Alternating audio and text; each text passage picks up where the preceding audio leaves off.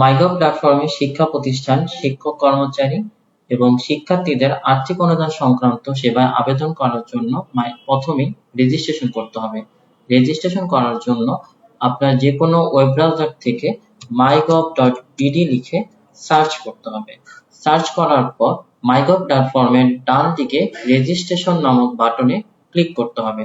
Registration বাটনে click করার পর আপনার নাম এবং মোবাইল নম্বর দিতে হবে। এখানে মোবাইল নম্বর দেওয়ার ক্ষেত্রে সর্বশেষ ব্যাংকবেস শিক্ষা জরিপ 2025 অনুযায়ী রেজিস্ট্রেশনকৃত মোবাইল নম্বর টাইপ করতে হবে। নাম এবং মোবাইল নম্বর টাইপ করার পর রেজিস্ট্রেশন করুন বাটনে ক্লিক করতে হবে। রেজিস্ট্রেশন করুন বাটনে ক্লিক করার পর আপনার মোবাইল নম্বরে আগত 6 সংখ্যার ওটিপিটি এখানে টাইপ করুন। রেজিস্ট্রেশন করুন বাটনে ক্লিক করার পর আপনার মোবাইলে 6 সংখ্যার একটি ওটিপি যাবে। ওটিপি লেখার পর সাবমিট করুন বাটনে ক্লিক করুন। সাবমিট করুন বাটনে ক্লিক করার পর আপনাকে 8 সংখ্যার একটি পাসওয়ার্ড সেট করতে হবে। পাসওয়ার্ড দেওয়ার ক্ষেত্রে পাসওয়ার্ডে অন্তত একটি বড় হাতের অক্ষর, একটি ছোট হাতের অক্ষর, একটি সংখ্যা এবং একটি বিশেষ অক্ষর থাকতে হবে। পাসওয়ার্ডটি পুনরায় টাইপ করার পর পাসওয়ার্ড হালনাগাদ করুন বাটনে ক্লিক করুন। এরপর আপনি একটি অভিনন্দন বার্তা পাবেন। এরপর লগইন করুন বাটনে ক্লিক করুন। লগইন করুন বাটনে ক্লিক করার পর আপনার মোবাইল নম্বরটি এবং পাসওয়ার্ড দিয়ে লগইন করুন। মাইগভ প্ল্যাটফর্মে লগইন করার পর মাইগভ হোম পেজের ডান পাশে আপনার নাম দেখতে পাবেন। আপনার নামের উপর ক্লিক করার পর প্রোফাইল বাটনে ক্লিক করবেন। প্রোফাইল বাটনে ক্লিক করার পর প্রথমে প্রোফাইলের আপনার সাধারণ অংশ পূরণ করার পর হালনাগাদ করুন নামে বাটনে ক্লিক করতে হবে। হালনাগাদ সফলভাবে সম্পন্ন হওয়ার পর প্রোফাইলের বাম পাশে শিক্ষক প্রোফাইল নামক বাটনে যাচাই করুন বাটনে ক্লিক করতে হবে। শিক্ষক প্রোফাইল যাচাই করুন বাটনে এখানে আপনার ব্যাংকবেসের শিক্ষা জরিপ অনুযায়ী রেজিস্ট্রেশনকৃত মোবাইল নম্বরটি স্বয়ংক্রিয়ভাবে যুক্ত হয়ে যাবে। এরপর আপনার প্রতিষ্ঠানের EIN নাম্বারটি এখানে টাইপ করতে হবে। টাইপ করার পর দাখিল করুন বাটনে ক্লিক করতে হবে। দাখিল করার পর আপনার টিচার প্রোফাইল ভেরিফাইড হবে এবং সাকসেসফুলি সেভড হবে। এরপর আপনার প্রোফাইলের ডান উপরের দিকে শিক্ষক প্রোফাইল নামে একটি অংশে আপনার শিক্ষা সংক্রান্ত বা শিক্ষক প্রোফাইলের তথ্যগুলো দেখতে পাবেন। শিক্ষা প্রতিষ্ঠান প্রধান তার সাধারণ তথ্য প্রোফাইলে হালনাগাদকরণ এবং শিক্ষক প্রোফাইল যাচাই করার পর মাইগভ প্ল্যাটফর্মের হোম বাটন থেকে হোম পেজে যেতে পারবে, অথবা মাইগভ পেজে নতুন করে লগইন করার পর সেবাটি অনুসন্ধান করতে হবে।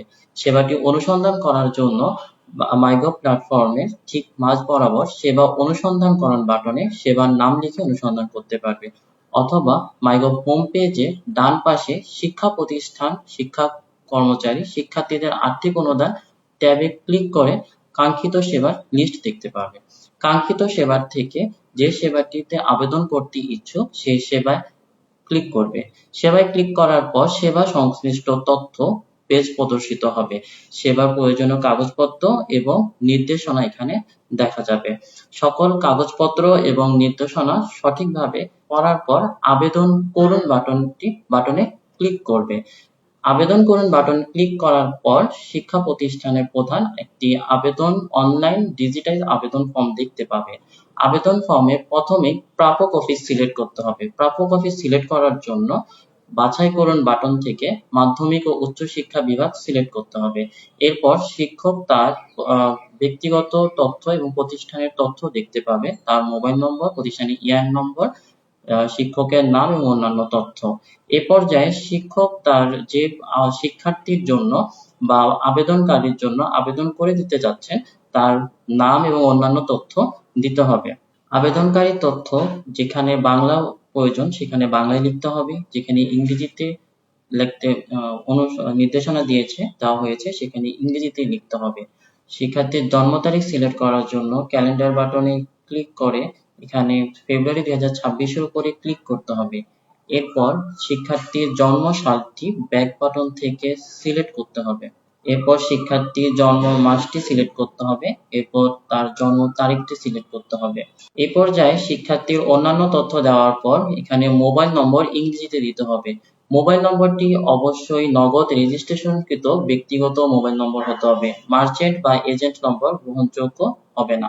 মোবাইল নম্বর দেওয়ার ক্ষেত্রে ইংরেজিতে ইনপুট দিতে হবে। এখানে বাংলায় ইনপুট দেওয়া হলে নেওয়া হবে না। ইনপুট দেওয়ার পর আপনার মোবাইল নম্বরটি নগদ রেজিস্ট্রেশনকৃত হলে মাইগভ প্ল্যাটফর্মে সঠিকতা যাচাই করে ভ্যালিডেট করে দেওয়া হবে। শিক্ষার্থীর অন্যান্য ইনফরমেশন, তার শারীরিক বা মানসিক অক্ষমতা বা অন্যান্য কোনো বৃত্তি পেয়ে থাকলে সে সংক্রান্ত ইনফরমেশন এখান থেকে সিলেক্ট করতে হবে। শিক্ষার্থীর অন্যান্য তথ্য সিলেক্ট করার পর নিচে সংযুক্তি সিলেক্ট করতে হবে। সংযুক্তি সিলেক্ট করার জন্য যে সংযুক্তিটি আপলোড করতে ইচ্ছুক সেই সংযুক্তির ডান পাশে সংযুক্তি আপলোড বাটনে ক্লিক করতে হবে। সংযুক্তি আপলোড বাটনে ক্লিক করার পর আবেদনকারীর ডিভাইসে যে লোকেশনে সংযুক্তিটি রয়েছে সেই লোকেশনে যেতে হবে। এরপর সংযুক্তিটি সিলেক্ট করতে হবে। সিলেক্ট করার পর ওপেন বাটনে ক্লিক করতে হবে। ওপেন বাটনে ক্লিক করার পর সংযুক্তিটি আপলোড দেখা যাবে এবং এখানে আই বাটনের মাধ্যমে সংযুক্তি দেখার সুযোগ রয়েছে। শিক্ষার্থীর সকল তথ্য এবং সংযুক্তি আপলোড করার পর শিক্ষা প্রতিষ্ঠান প্রধান বা রেজিস্ট্রার আবেদন করতে চাইলে আবেদনটি দপ্তরে দাখিল করুন বাটনে ক্লিক করবে, অথবা খসড়া আবেদনটি সংরক্ষণ করে রাখার জন্য খসড়া আবেদন প্রোফাইলে সংরক্ষণ করুন বাটনে ক্লিক করবে। এক্ষেত্রে মনে রাখতে হবে খসড়া আবেদন প্রোফাইলে সংরক্ষণ করুন বাটনে ক্লিক করলে আবেদনটি সংশ্লিষ্ট দপ্তরে গৃহীত হবে না। সংশ্লিষ্ট দপ্তরে প্রেরণ করার জন্য আবেদনটি দপ্তরে দাখিল করুন বাটনে ক্লিক করতে হবে।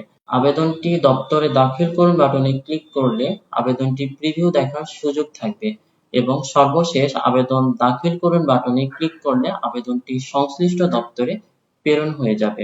আবেদনটি সংশ্লিষ্ট দপ্তরে প্রেরণ করার পর আবেদনকারী শিক্ষা প্রতিষ্ঠান প্রধান তার ড্যাশবোর্ডে আবেদনটির বর্তমান অবস্থা দেখতে পাবে। ধন্যবাদ।